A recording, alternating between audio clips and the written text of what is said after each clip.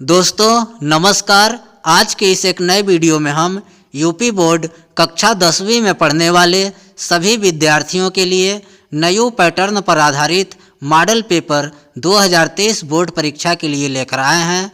दोस्तों इस बार का पूरा पैटर्न बदल चुका है। इस बार आपके जो 70 अंक के प्रश्न पत्र होंगे वो 2 खंडों में होंगे, खंड अ और ब।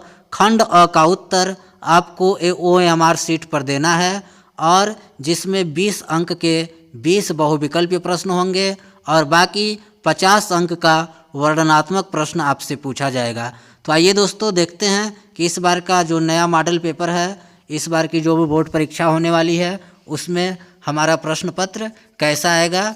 तो देखिए, मॉडल पेपर 2023 कक्षा 10 विषय हिंदी, समय 3 घंटे 15 मिनट, पूर्णांक 70। निर्देश है यहाँ पे, प्रारंभ के 15 मिनट परीक्षार्थियों को प्रश्न पढ़ने के लिए निर्धारित है। इसमें जो 3 घंटे 15 मिनट का आपको समय दिया जा रहा है, इसमें से 15 मिनट आपको प्रश्न पत्र पढ़ने के लिए मिलते हैं। प्रश्न पत्र 2 खंडों में विभाजित है, खंड अ और ब। देखिए इस बार प्रश्न पत्र 2 खंड में होगा, खंड अ और ब। खंड अ में 20 बहुविकल्पीय प्रश्न दिए गए हैं जिसका उत्तर आपको OMR शीट पर देना है। प्रत्येक प्रश्न 1 अंक का है। खंड ब में 50 अंक के वर्णनात्मक प्रश्न दिए गए हैं जिसका उत्तर आपको अपनी उत्तर पुस्तिका में लिखना है। तो समझ गए, खंड अ और ब। खंड अ में 20 अंक का 20 बहुविकल्पीय प्रश्न। तो देखिए आइए देखते हैं खंड अ में प्रश्न कैसा आएगा। सबसे पहले आप जान लीजिए कि खंड अ में कौन कौन से प्रकरण शामिल हैं। पूरा हिंदी साहित्य का इतिहास, इसके साथ पूरा हिंदी व्याकरण और संस्कृत व्याकरण इस बार आपसे बहुविकल्पीय के रूप में पूछे जाएंगे। तो आइए उसी पर आधारित यहाँ पर प्रश्न पत्र है। इसी तरह से सेम आपके बोर्ड परीक्षा में आएंगे और मैंने यहाँ पे परीक्षा से संबंधित इम्पॉर्टेंट प्रश्नों को संकलित किया है जिससे आपको परीक्षा में भी मदद मिलेगी।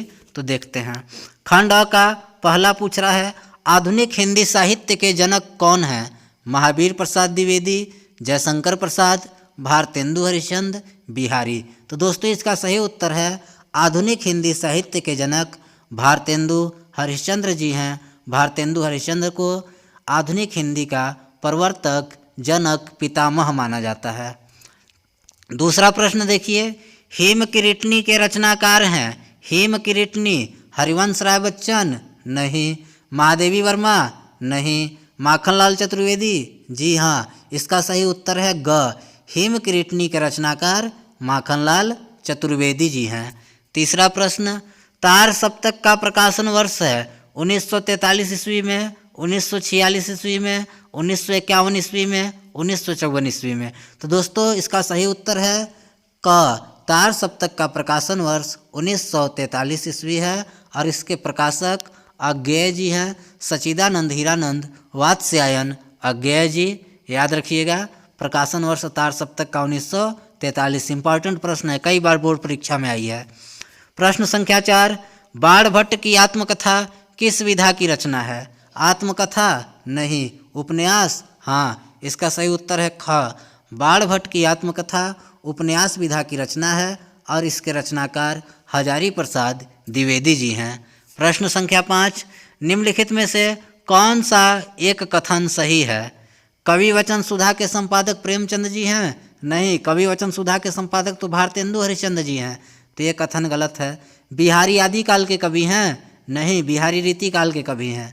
तो ये भी कथन गलत हुआ। मेरी असफलताएं बाबू गुलाब राय की आत्मकथा है? जी हाँ, मेरी असफलताएं बाबू गुलाब राय की आत्मकथा है। तो इसका सही उत्तर ग। याद रखिएगा। प्रश्न संख्या 6, कामायनी में कितने सर्ग हैं?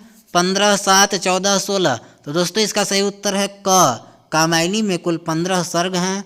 चिंता से प्रारंभ होती है और आनंद पे समाप्त होती है। अगला प्रश्न देखिए, शेखर एक जीवनी उपन्यास के लेखक हैं? कौन? हजारी प्रसाद द्विवेदी? नहीं। अज्ञेय? जी हाँ, शेखर एक जीवनी उपन्यास के लेखक अज्ञेय जी हैं। याद रखिएगा, यह भी इम्पॉर्टेंट प्रश्न है। छायावाद की विशेषता है? कौन सी विशेषता छायावाद की है? युद्धों का सजीव वर्णन? नहीं। राज प्रशस्ति? नहीं। प्रकृति का मानवीकरण? जी हाँ, छायावाद की विशेषता प्रकृति का मानवीकरण है और मानवीकरण अलंकार जो होता है वो छायावाद की ही देन है। तो इसका सही उत्तर है ग। प्रश्न संख्या 9। अब देखिए प्रश्न संख्या 8 तक हिंदी साहित्य के इतिहास पर आधारित प्रश्न पूछेगा और प्रश्न संख्या 9 से आपका हिंदी व्याकरण शुरू हो जाएगा। तो रस छंद अलंकार भी काव्य सौंदर्य के तत्व जो ये तीनों है, रस छंद अलंकार, ये भी बहुविकल्पी में शामिल है। आपसे बहुविकल्पी के रूप में ही पूछा जाएगा। तो देखिए, पूछती ग्राम वधू सियसो कहो सावरे से सखी रावरे को है, इस पंक्ति में प्रयुक्त रस का नाम बताइए। पूछती ग्राम वधू सियसो कहो सावरे से सखी रावरे को है।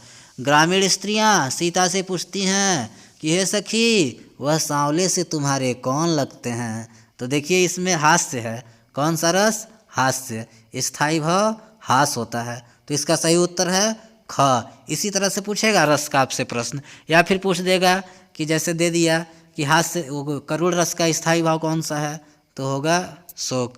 आगे, रोला के प्रत्येक चरणों में मात्राओं की संख्या कितनी होती है? 11 11, 16 16, 24 24, 23 23। तो इसका सही उत्तर है ग।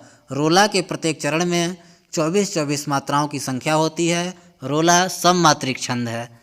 11। अब अलंकार से संबंधित प्रश्न है। काली घटा का घमंड घटा, इस पंक्ति में प्रयुक्त अलंकार का नाम है यमक, उपमा, रूपक, अलंकार, अनुप्रास। तो देखिए जहाँ पर एक ही शब्द भिन्न अर्थों के साथ आए वहाँ यमक अलंकार होता है। जैसे काली घटा, यहाँ घटा का अर्थ हुआ बादल, कि काली बादल का घमंड घटा, काली बादल जब बरस गई तो उसका घमंड घट गया। तो इस घटा का मतलब हो गया बादल और इस घटा का घटना, कम होना। तो यहाँ पर एक ही शब्द 2 बार आकर अलग अलग अर्थ प्रकट कर रहे हैं, इसलिए इसमें यमक अलंकार है। याद रखिएगा 11 का उत्तर क, यमक अलंकार। 12वां प्रश्न, अत्यधिक में कौन सा उपसर्ग है? अत्य, अति, अधि, आदि। तो दोस्तों इसका सही उत्तर है ख। अत्यधिक में अति उपसर्ग है। अति धन अधिक मिलकर अत्यधिक होता है। 13वां प्रश्न, भारतीय में कौन सा प्रत्यय है? भारतीय में कौन सा प्रत्यय है? तीय, ईय, आय, सीय। तो देखिए दोस्तों भारतीय में ईय प्रत्यय है। 13वां का उत्तर ख। चराचर में कौन सा समास है? 14वां प्रश्न, चराचर में कौन सा समास है? द्विगु, द्वंद्व, अव्ययी भाव समास, कर्मधारय। चराचर, चर और अचर, तो इसमें होगा द्वंद्व समास। जहाँ पर एक ही शब्द एक जैसे हो और बीच में योजक चिन्ह हो या योजक चिन्ह न भी हो, बीच विग्रह करने पर और है। जैसे चराचर, इसका समास विग्रह होगा चर और अचर, तो ऐसे में यहाँ द्वंद्व समास है। दूध का तत्सम रूप है दिग्ध, दुग्ध, क्षीर, इनमें से कोई नहीं। तो इसका सही उत्तर है दूध का तत्सम रूप दुग्ध है। याद रखिएगा। प्रश्न संख्या 16, अग्नि का पर्यायवाची शब्द है अनिल, अनल, अंकज, अलिनी। तो दोस्तों अग्नि का पर्यायवाची शब्द अनल है। अग्नि का पर्यायवाची शब्द अनल है। याद रखिएगा। मधवरी का संधि विच्छेद है महाधन अरि, मधुधन अरि, मधवाधन अरि है, मध्यधन अरि है। तो दोस्तों इसका सही उत्तर है ख। मधुधन अरि मधवरी का संधि विच्छेद है, क्योंकि उ व में बदल गया तो हो गया मधवरी। प्रश्न संख्या 18, पठताम रूप है लट लकार उत्तम पुरुष एक वचन, लिट लकार प्रथम पुरुष बहुवचन, लोट लकार प्रथम पुरुष द्विवचन, विधिलिंग लकार मध्यम पुरुष द्विवचन। तो दोस्तों इसका सही उत्तर है ग। पठतु, पठताम, पठन्तु, यह लोट लकार का प्रथम पुरुष द्विवचन है पठताम। अब 20वां प्रश्न, नदीभिः शब्द रूप है सप्तमी विभक्ति एक वचन का, तृतीय विभक्ति बहुवचन का, द्वितीय विभक्ति द्विवचन का, चतुर्थी विभक्ति बहुवचन का। तो दोस्तों नदीभिः तृतीय विभक्ति बहुवचन का शब्द है। इस तरह से आपके कुल 20 प्रश्न कंप्लीट होते हैं। इसका उत्तर आपको OMR शीट पर काला करके देना है, गोल बनाकर। इसके बाद जो खंड ब होगा उसमें वर्णनात्मक प्रश्न होंगे और उसका उत्तर आपको अपनी उत्तर पुस्तिका में लिखना है। तो दोस्तों आज हम बस खंड अ के प्रश्नों को देखे हैं। अब मैं नेक्स्ट वीडियो बनाऊंगा, उसमें खंड ब से संबंधित जितने प्रश्न आएंगे उसको हल करके दिखाऊंगा। दोस्तों वीडियो अच्छा लगा हो तो लाइक कीजिएगा, साथ ही मेरे चैनल को सब्सक्राइब कर बेल आइकन को प्रेस कीजिएगा। वीडियो देखने के लिए आप सभी का तहे दिल से धन्यवाद है।